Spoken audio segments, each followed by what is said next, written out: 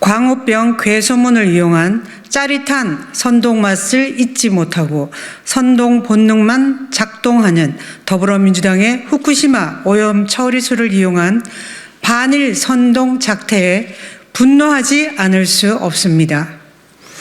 더불어민주당 후쿠시마 오염수 방출 저지 대응단과 해양수산특별위원회는 6일에서 8일까지 일본 후쿠시마 방문을 오늘 공식화했습니다.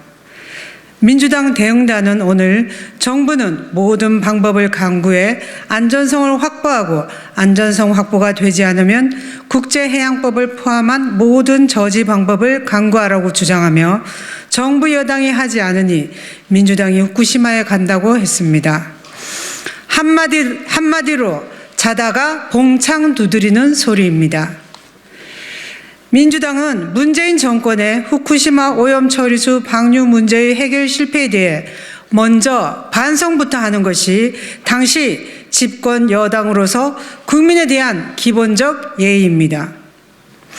민주당은 후쿠시마에 갈 것이 아니라 양산에 가서 문재인 전 대통령에게 따져야 합니다.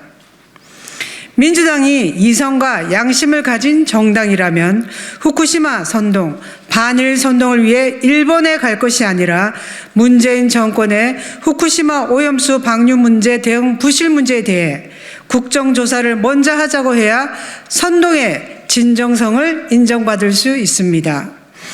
문재인 정권 당시 우리 정부 관계부처 합동 태스크포스가 2020년 10월 후쿠시마 원전 오염수 관련 현황 보고서를 작성해 후쿠시마 오염수가 국내 해역에 들어올 가능성은 해류에 따라 확산, 희석돼 유의미한 영향은 없을 것이라고 평가한 바 있습니다.